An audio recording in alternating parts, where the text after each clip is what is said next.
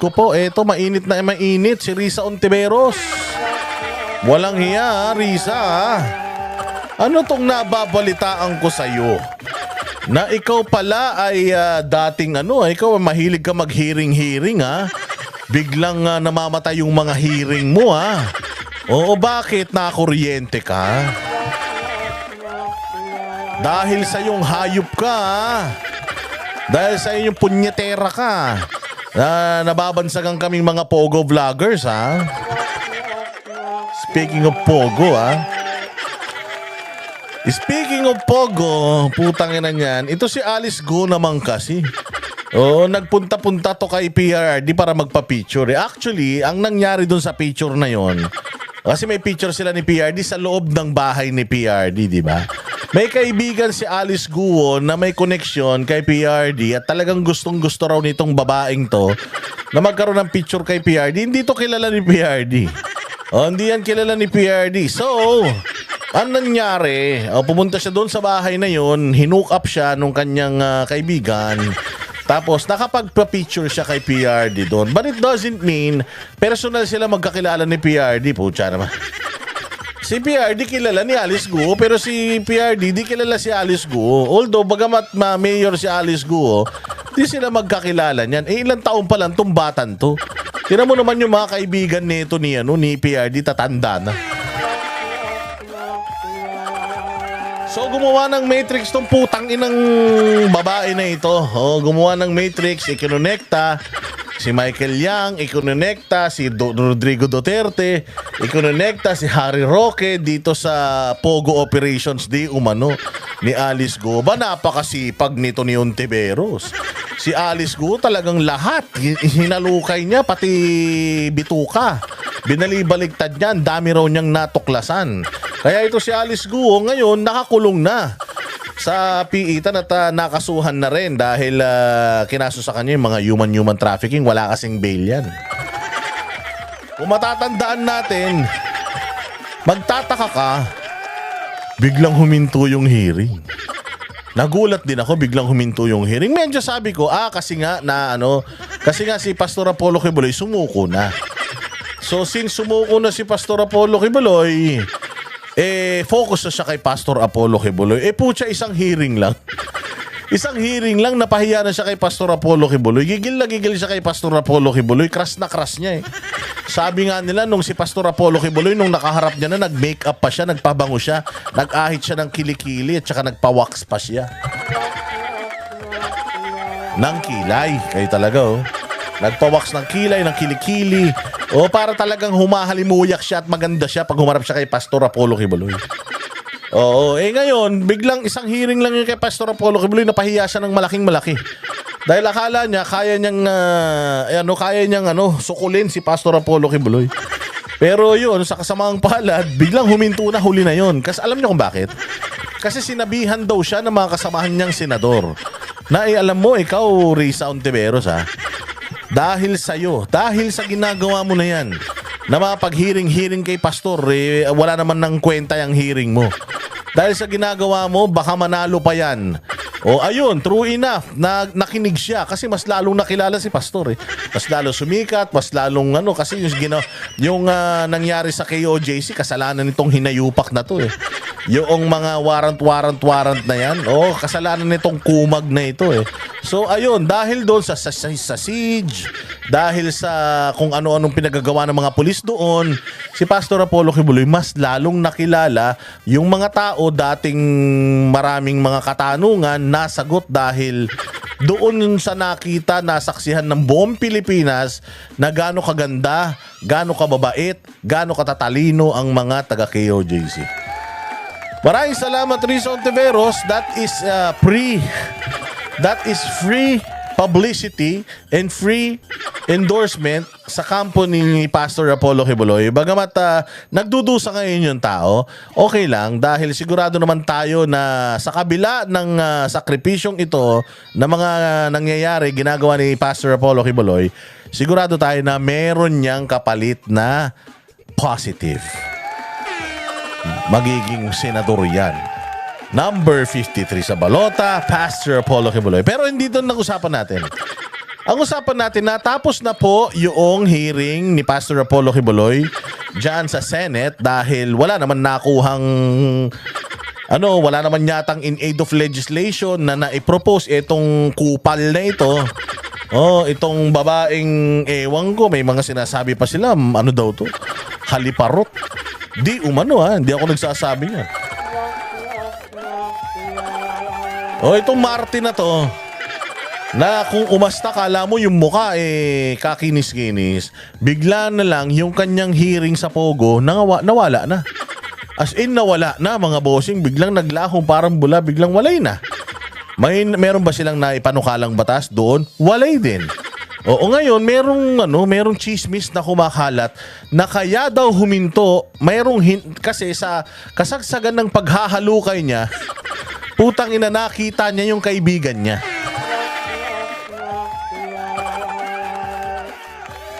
Kasagsagan ng kanyang paghahanap ng mga kabulastugan, puta, nakita niya yung kakilala niya, nakasalubong niya, huy, anong ginagawa mo rito? Gago, putang ina ka, kaibigan mo ko, tanga, damay ka dito. Ayun na. So di umano from Pogo tawag dito investigator, from Pogo investigator, nagina daw siyang Pogo protector. According dito nakuha ko lang po itong video na to dahil ang haba naman kasi nung live nila sa Srugando Sasot, putang ina naman, 10 oras. Anak ng tinapay, kung panonoorin ko yung 10 oras na yun, baka sumabog yung ulo ko sa dami ng pinag-usapan. Mo 10 oras, lagpas pa sa isang shift. Putang ina, sabi ko, grabe, ngayon may nahanap akong video na mas maikli, mas maliwanag at maayos. Maraming salamat Uy, pahiram ako ng pahiram ako ng video, Showbiz Chikadora ba to? So ito, para hindi na tayo magtagal, panoorin natin tong kabulastugan ni Risa Ontiveros. Ito pa si Risa Ontiveros, meron palang tinatagong Kaya pala, putang ina ka, na nanahimik ka, Risa Ontiveros, meron ka palang kinatagong kabulastugan baka mamaya magpahiring ka din ng magpahiring ka din sa Senado ng mga Pogo vlogger. Ang inang yan, sinasabi nyo kami yung konektado sa Pogo. Sabi nyo pinagtatanggol namin yung Pogo. Tapos bigla kayong nanahimik. Yung pala, putang ina, mga kaibigan nyo pala tong mga sangkot dito. Hayop kayo. Sige. I-play na natin to at pakinig kayong maigi. Marami kayong makukuha rito. Baka hindi nyo napanood yung live ni Sas dito. Mas maikli na, mas sapul yung mga impormasyon. Kasagsagan ng investigasyon sa Pogo na iniuugnay kay former President Duterte, Pogo Matrix, inilabas ni Senator Risa Hontiveros. Inilabas ni Senator Risa Hontiveros sa kanyang social media page ang umano'y matrix o chart ng mga personaheng sangkot sa isyu ng Philippine offshore gaming operator sa bansa.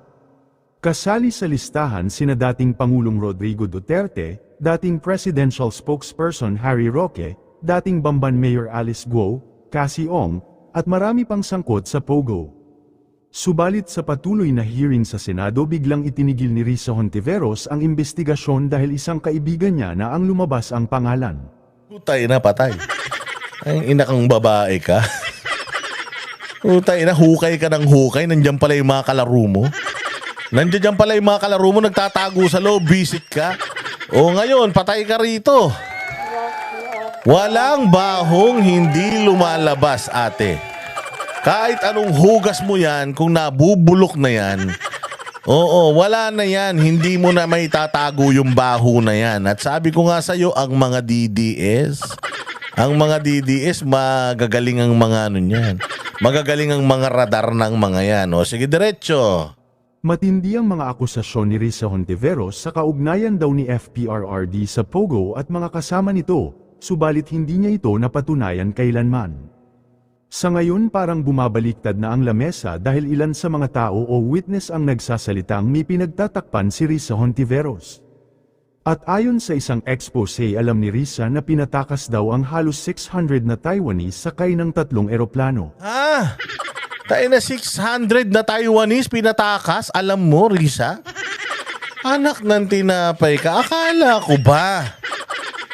ko ba para sa bayan ka? Yung pala tuta ka rin pala ng mga insect. Hindi, mga Taiwanese naman yun.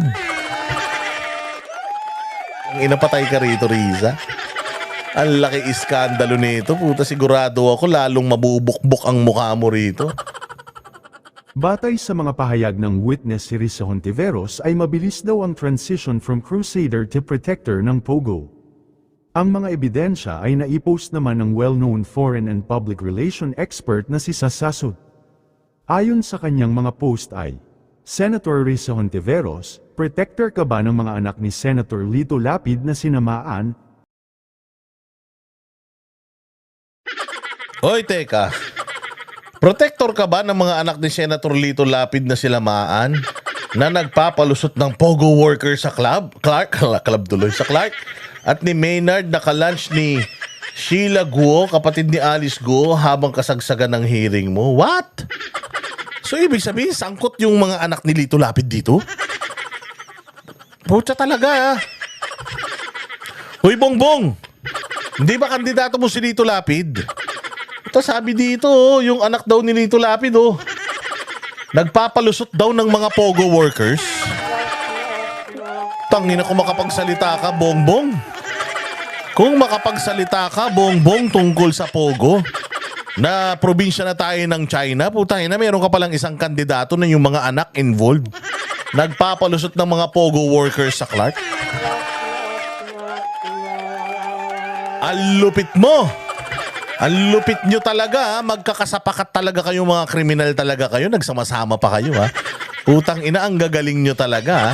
O sige, ano pa? Na nagpapalusot ng Pogo workers sa Clark at ni Maynard, nakalunch si Sheila Guo, kapatid ni Alice Guo, habang kasagsagan ng hearing mo. October 4. Tsaka patay ka ngayon, Romel Katakutan. Tayo na yung madadamay ka dito, kumain lang sa hapagkainan mo, putya. Balita ko, nag-take down na daw ng channel to si Romel Katakutan dahil dito, dahil nga na-i-post niya, na-i-vlog niya yung pagpunta nitong mga Pogo Queen and King. Taga Pampanga to Taga Pampanga to, itong si Romel Katakutan. Ito yung kain ng kain, yung lahat pinakain nito kahit sila Senator Bato nagpunta rin dyan. Anak ng tinapay. So, diyan pa nagbubudel fight, ha? 2024. Ayan kabudel ng anak ni Senator Lito Lapid ang kapatid ni Alice Guo na si Sheila Guo. Naku po! So, kabudel fight ni anak ni Lito Lapid na si Maan, etong kapatid ni Alice Guo. So, ano yun? So, anong ibig sabihin nun? Dapat pala napatawag din sa Senado yung anak ni Senator Lito Lapid. Tangina, patay tayo dyan. Ang lupit mo talaga, Sas. Putainan yan. Salot ka talaga sa mga sa mga kalaban ng mga Duterte. Taina, ikaw talaga ang kryptonite nila. Kabudel, edi ka close. Ano na Senator Risa Hontiveros? Protector ka ba ng anak ni Senator Lito Lapid? Ako po. Hoy, ikaw, Alice Guo, protector ka daw ba ng anak ni ni Lito Lapid? Bakit daw hindi mo iniimbestigahan? Bakit daw bigla ka nanahimik? O bakit kapatid mong si Sheila Guo ay nakikipag-budel fight lunch sa anak ni Senator Lito Lapid noong October 4? Anong relasyon nyo sa mga Lapid? Nako po. Kasi lahat ng madikitan nitong mga Guo na to maggumuguho Oo, magtataka nga naman. Sige nga, diretso. Agent Alice Guo, bakit ang kapatid mong si Sheila Guo ay nakikipag-budel fight lunch sa anak ni Senator Lito Lapid noong October 4, 2024? Ano relasyon ninyo sa mga Lapid? Salamat. Ayon naman kay Proud Bistak ay, Senator Lito Lapid, pamilya mo pala ang nagpapatakas sa mga masakit ito. Senator Lito Lapid, pamilya mo pala ang nagpapatakas sa mga Taiwanese.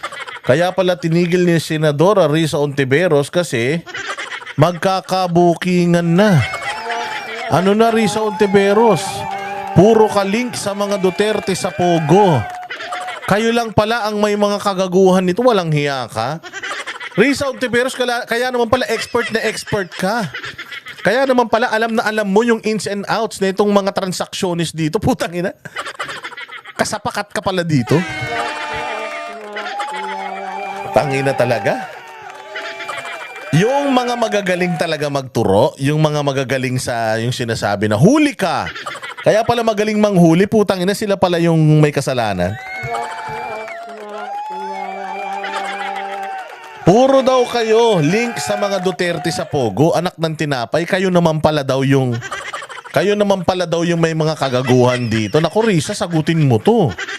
O hindi ka naman kumakandidato. Hindi rin naman mananalo si Chel Jokno, si Mama Kino, tsaka si Kiko, kaya unahin mo na to. O hinahanap ka na ng mga Pogo friends mo. Utang ina nyo talaga.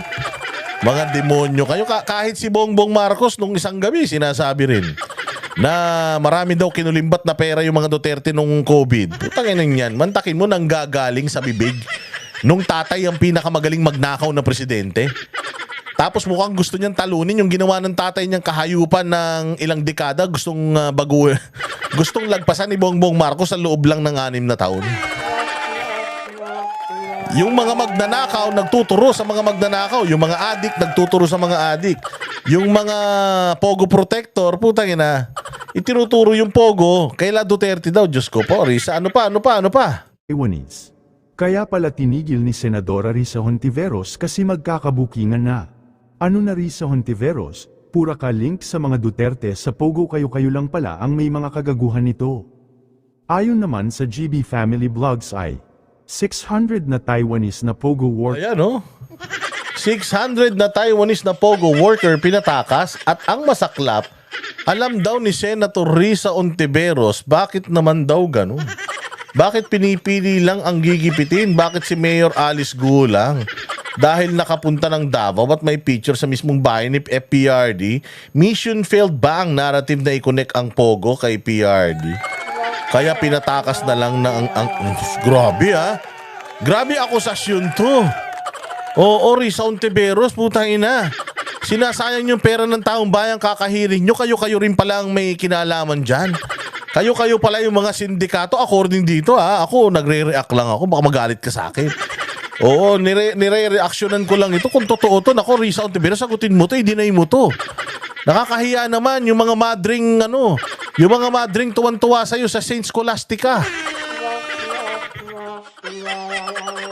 O yung mga komunistang madre. Diyos ko po, ano mo naman.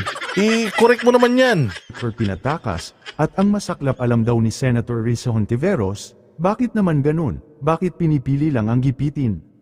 Bakit si Mayor Alice Guo lang? Dahil nakapunta ng Davao at may picture sa mismong bahay ni FPRRD? Mission failed ba ang narrative na i-connect sa Pogo si FPRRD kaya pinatakas na lang ang iba? Ayon naman kay Kevin Ebesa ay, Senator Risa Hontiveros parang mas mauna ka pa pala kay Digong sa impyerno hahaha. Bakit ka nga ulit tumigil sa kakaimbestiga sa Pogo? May kaalyadong sangkot, may pagtingin ka ba dun? Ayon naman kay The Free Thinker Rain. Ano yun? Ano yung may pagtingin? Ano yung may pagtingin daw? Parang mas nauna ka pa pala kay Digong sa impyerno. Mauuna ka pa daw kay Digong sa impyerno.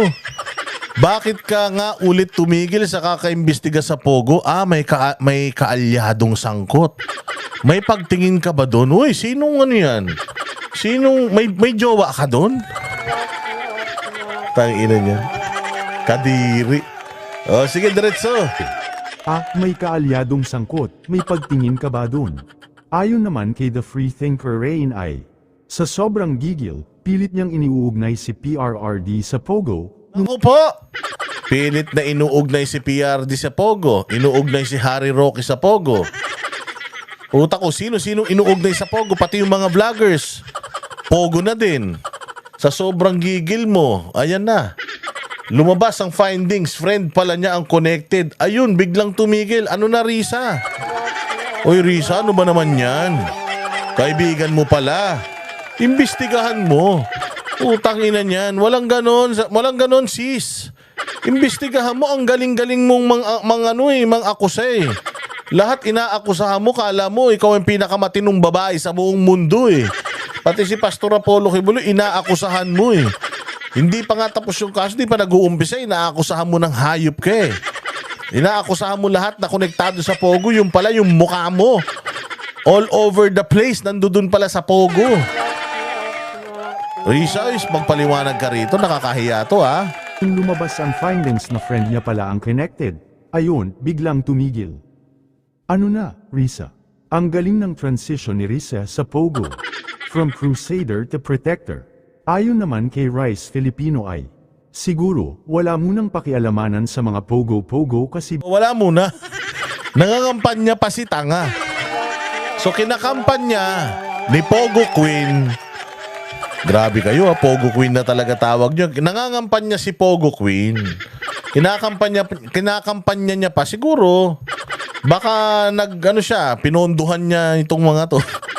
Saan galing yung pera na yan? Baka sa Pogo din galing yun ha. Ikaw talaga, Risa ha. Noong nakaraan, noong kandidatura mo, nung una mong pagkapanalo, ikaw, umano ka pala, kumuha ka pala ng campaign funds dun sa isang smuggler ha. Di ba yung nahiring-hiring pa yun na bisto na nagbigay ng pera yung smuggler campaign funds nito ni Risa Hontiveros. Ewan ko ba't nanalo pa to eh. Kaya naman pala hindi mo hinihiring yung mga smuggler, may mga kaibigan kang smuggler. Ngayon naman, nag-i-smuggle kayo ng tao ha. Nag-i-smuggle kayo ng tao palabas ng Pilipinas sa 600. 600 na Taiwanese pinalabas daw. Nang walang sabi-sabi, antindi ni Risa. Kung totoo to, Risa, dapat magpaliwanag ka. Ang galing-galing mo pa naman magsinungaling.